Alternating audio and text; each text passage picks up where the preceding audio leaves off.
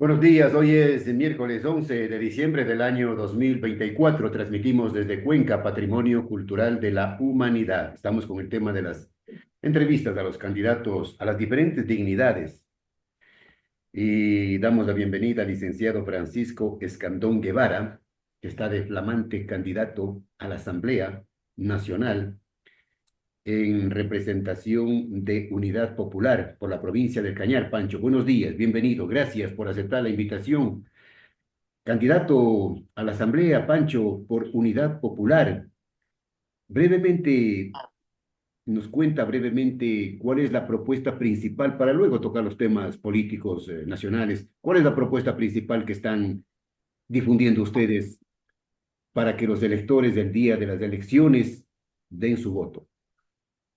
Hola Jaime, muy buenos días. Permítame saludar a todos quienes miran y escuchan las diferentes plataformas de Radio Revista El Observador.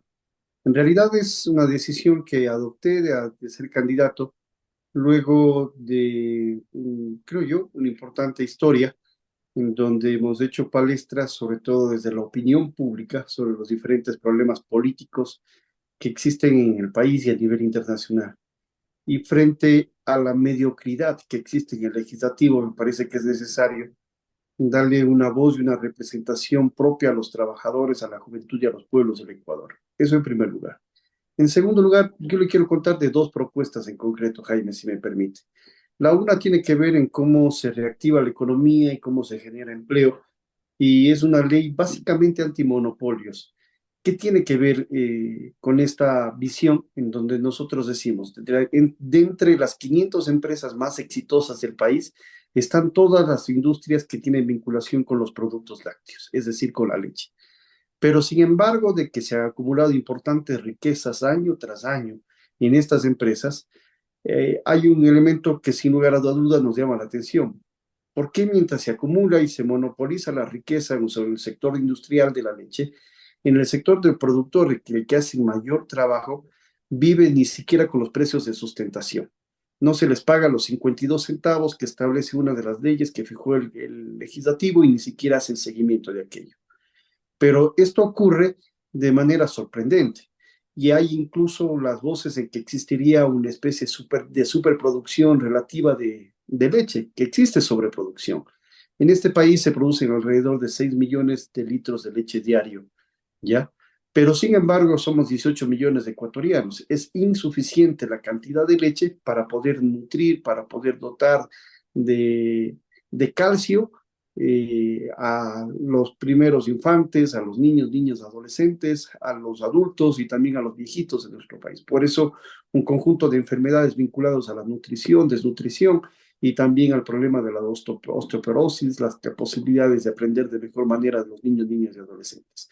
¿Qué es lo que planteamos?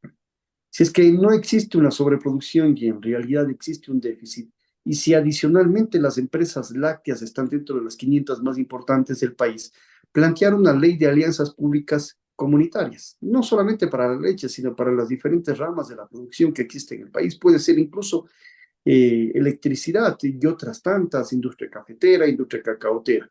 Pero ¿qué implica esta alianza pública comunitaria? A diferencia de lo que hizo el correísmo y a diferencia de lo que profundizó el gobierno de Moreno, Lazo y ahora el de Noboa, que hicieron una ley de alianzas públicas privadas que sobre todo daba un conjunto de prebendas a los capitales extranjeros para que exista mayor inversión. Y de inversión no es que ha crecido, la inversión más bien ha retrocedido, hay un decaimiento de la misma. Planteamos de que se sume las remesas de los migrantes como capital productivo, ya no como especulativo, el trabajo de los productores, el trabajo de los hombres y mujeres de este país, más la asistencia técnica del Estado de, y un conjunto de incentivos tributarios por parte del Estado para que asociados a estos tres elementos pueda desarrollarse una actividad. Hablamos del caso de la leche que pusimos como ejemplo. Entonces, el trabajo de los productores agrícolas que se levantan 4 de la mañana a sudarla, Jaime, para que efectivamente poder ordeñar las vacas, ponen un silo de enfriamiento. Quien gana en ese proceso no es el productor, Ah, sino es el unos, intermediario y el Pancho, industrial. unos se sacrifican y otros se llevan las ganancias.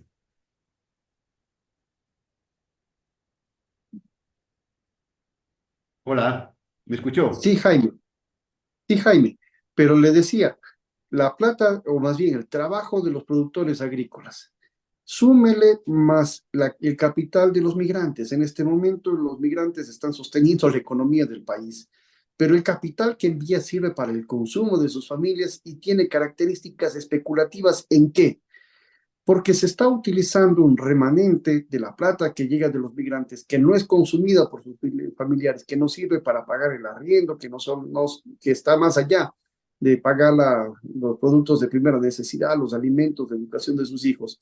Están siendo guardados en el sistema financiero internacional para luego de determinado tiempo endeudarse para comprar su casita o construirla, su terreno, en fin.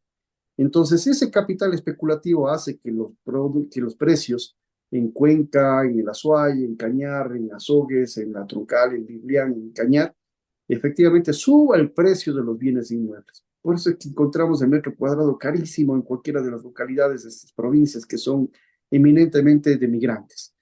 Pero si es que no se utiliza para ese fin, sino le buscan tener rentabilidad, ganancias, rendimientos económicos y se asocia para tener su propia empresa nacional de lácteos o empresa comunitaria de lácteos, posibilita efectivamente de que mejore el precio de sustentación de los productores, le pagarán mejor a los ganaderos y a los lecheros que están todos los días sudándola, como hemos manifestado, pero adicionalmente el precio de consumo, el precio de venta a los consumidores en la tienda de la esquina va a ser menor.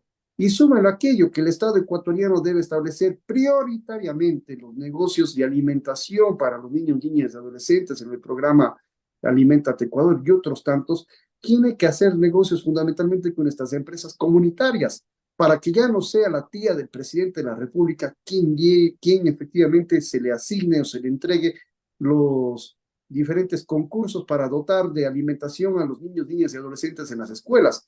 Entonces, si se fija usted, se cierra la posibilidad de una ley antimonopolio. Se posibilita además de que a través de la asistencia técnica del Estado se promueva que mejore la genética del ganado, se cuide los pastos, se cuide también, se mejore los pastos de las diferentes provincias de productoras de leche, pero además que se precautelen las fuentes de agua, que se cuide efectivamente los humedales, los pajonales, que es correspondiente al cuidado del agua, y adicionalmente el Estado ecuatoriano a ellos sí tiene que entregarles las exenciones tributarias. Por ejemplo, con la ley de Noboa, la ley de Correa, la ley de Moreno, la ley de Lazo, se establece periodos de gracia de 15 por 15 años que no paguen impuestos las grandes transnacionales, los grandes monopolios internacionales. De 15 a 30 años. ¿Por qué no hacerlo eso a las empresas comunitarias? Que posibilite adicionalmente tener empleo para la zona en concreto. Fíjense ustedes, es la propuesta importante que tenemos en la ley de alianzas públicas comunitarias, que igual podría ocurrir en el tema energético. Si se asocia el capital de los migrantes, que son millones de dólares, para poder construir una hidroeléctrica, cualquiera de los proyectos que han sido desistidos en el Plan Nacional de Electrificación puede desarrollarse aquello. Esa es una propuesta importante que tenemos. Y la segunda, si me permite, Jaime, tiene que ver alrededor de la Ley Orgánica de Educación Superior. Claro está, necesitamos legislar a propósito precisamente de que se amplíen los cupos y la oferta académica en las universidades públicas del país y que no se limite el ingreso como como viene ocurriendo desde los últimos 4 gobiernos, que lo único que han hecho es cambiarle el nombre al examen de ingreso o a la posibilidad de que los jóvenes puedan acceder a la educación pública. Le han cambiado de nombre. En el fondo son las mismas políticas. Pero lo que nosotros estamos planteando es que adicionalmente a reformar esto en la Ley Orgánica de Educación Superior, tengamos en cuenta lo siguiente. La educación superior privada se ha convertido ya no en un servicio, sino en un negocio. Se ha mercantilizado el en hecho un de gran educarse. negocio lucrativo, en un gran negocio lucrativo. Sí, porque si tomamos en cuenta un dato, Jaime, usted revise las estadísticas, la data de cuáles eran la cantidad de jóvenes o la tasa de matrícula, como se denomina, que ingresaban a las universidades públicas hace 10, 15 e incluso hace 20 años y compare con la actualidad. No ha subido sustancialmente, pero en este mismo tiempo, en los últimos 20 años, casi hay 60% más de ecuatorianos Bueno, y la tasa de matrícula no ha subido 60%, sino Pancho, es de manera mínima. Pancho, Por, en una universidad dígame, local, local, privada, aquí en Cuenca, que tiene sede también en Azogues, me contaban un estudiante aspirante en esos cursos que denominan preuniversitarios, no sé exactamente el nombre, inscritos 1.200 estudiantes y el costo de ese curso preuniversitario, como se llame, $1.500 cada estudiante. Qué gran negocio. Multiplique 1.500 por 1.200. Sí, va más allá de aquello. Yo le cuento, Jaime. Entonces, bajo estos antecedentes, miramos de que la matrícula o que la cantidad de personas que están matriculándose en las universidades privadas ha crecido de manera exponencial. Pero al ritmo de que existen más estudiantes en las universidades privadas con respecto al año 2008 que se entregó la nueva constitución, se aprobó la constitución de Montecristi, el ritmo es que a la misma proporción de la cantidad de estudiantes que se matriculan en las universidades privadas, porque la universidad pública no permite una mayor oferta académica, mayor oferta de cupos, también está ocurriendo que crece el costo de matrículas, pensiones y aranceles.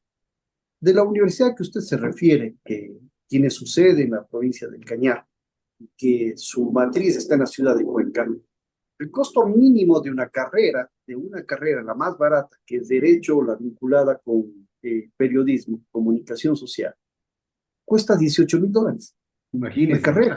Y la imagínese. carrera más cara que tiene vinculación con las áreas de la salud cuesta alrededor de $25.000. Y hay Importante. carreras en las universidades privadas, si usted va a la San Francisco de Quito, a la Católica Santiago de Guayaquil, y a otras tantas, hay carreras que Y se están por diga, sobre los $40.000. empresarios, empresarios de la educación. Entonces, ¿qué economía familiar puede pagar efectivamente una carrera de estas características, precios de estas condiciones, si es que no accedieron a la universidad pública? Y si es que acceden, están endeudándose de manera o sobreendeudándose de manera lacerante las familias o los propios estudiantes en miles de dólares. Y está ganando los banqueros. Y después, Pancho, salen de la universidad y no tienen empleo. Así de A sencillo, eso iba así justamente de Jaime. sencillo, después de tanto sacrificio, no tienen empleo, pero eso no les interesa a las universidades. A las universidades lo que les interesa es el lucro, la ganancia. O sea, más de estar contraída la oferta académica en el sector público, cada vez es menor.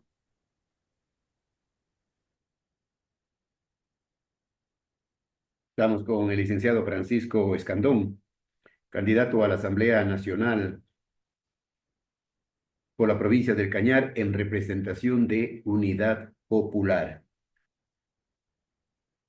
Estaba analizando el tema de la educación superior, de los problemas que existen para que los estudiantes puedan acceder a la educación superior, pero los costos son astronómicos. Es el enorme y gran negocio de las universidades privadas, de los centros de educación superior.